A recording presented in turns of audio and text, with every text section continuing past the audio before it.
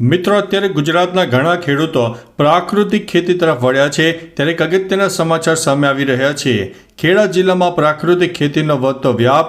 19,690 એકરમાં 35,890 ખેડૂતો કરી રહ્યા છે પ્રાકૃતિક ખેતી, જેમાં 1.70 લાખથી વધુ ખેડૂતોને તાલીમ આપવાનું પણ આયોજન થઈ ચૂક્યું છે। મિત્રો, હવે વિસ્તારથી વાત કરીએ તો ગુજરાત સરકારની ગાય આધારિત પ્રાકૃતિક ખેતીને પ્રોત્સાહન આપવાની નીતિને સારો પ્રતિસાદ મળી રહ્યો છે। ખેડા જિલ્લામાં 35,890થી વધુ ખેડૂતો 19,690 એકર વિસ્તારમાં પ્રાકૃતિક ખેતી પણ કરી રહ્યા છે। જિલ્લાની 419 ગ્રામ પંચાયતોમાં 75થી વધુ ખેડૂતો પ્રાકૃતિક ખેતી કરી રહ્યા છે। જિલ્લામાં 105થી વધુ પ્રાકૃતિક કૃષિ મોડલ ફાર્મ પણ કાર્યરત છે।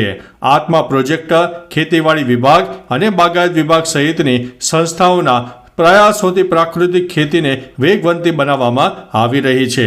મિત્રો, મહત્વનું છે કે પ્રાકૃતિક ખેતીને વધુ પ્રોત્સાહન આપવા 101 ક્લસ્ટર બનાવવામાં પણ આવ્યા છે। આ ક્લસ્ટરમાં 101 farmer master trainer, 101 technical master trainer અને 103 ફાર્મર ફ્રેન્ડ કાર્યરત પણ છે।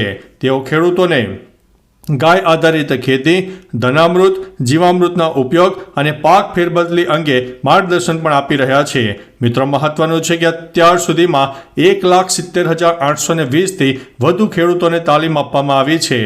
તાલુકાવાર જોઈએ તો કપડવંજમાં સૌથી વધુ 35,757, કઠલાલમાં 22,655, ઠાસરામાં 17,821, મહેમદાવાદમાં 17,423, માતરમાં 16,027, નડિયાદમાં 13,543, ખેડામાં 13,940, મૌધામાં 12,877, ગળતેશ્વરમાં 11,115 અને વસોમાં 6,665 ખેડૂતોને તાલીમ પણ આપવામાં આવી ગઈ છે। મિત્રો, વાત કરીએ તો પ્રાકૃતિક ખેતીના કારણે જમીનની ફળદ્રુપતામાં પણ વધારો થયેલો જોવા મળ્યો છે। સાથે જ ખેત ઉત્પાદન, માંગ, વેચાણ અને ખેડૂતોની આવકમાં પણ નોંધપાત્ર વધારો થયો છે। તો ચાલો મિત્રો, ફરીથી એક નવા ખેડૂત સમાચાર લઈને મળતા રહીશો। ત્યાં સુધી અમને રજા આપશો। નમસ્તે।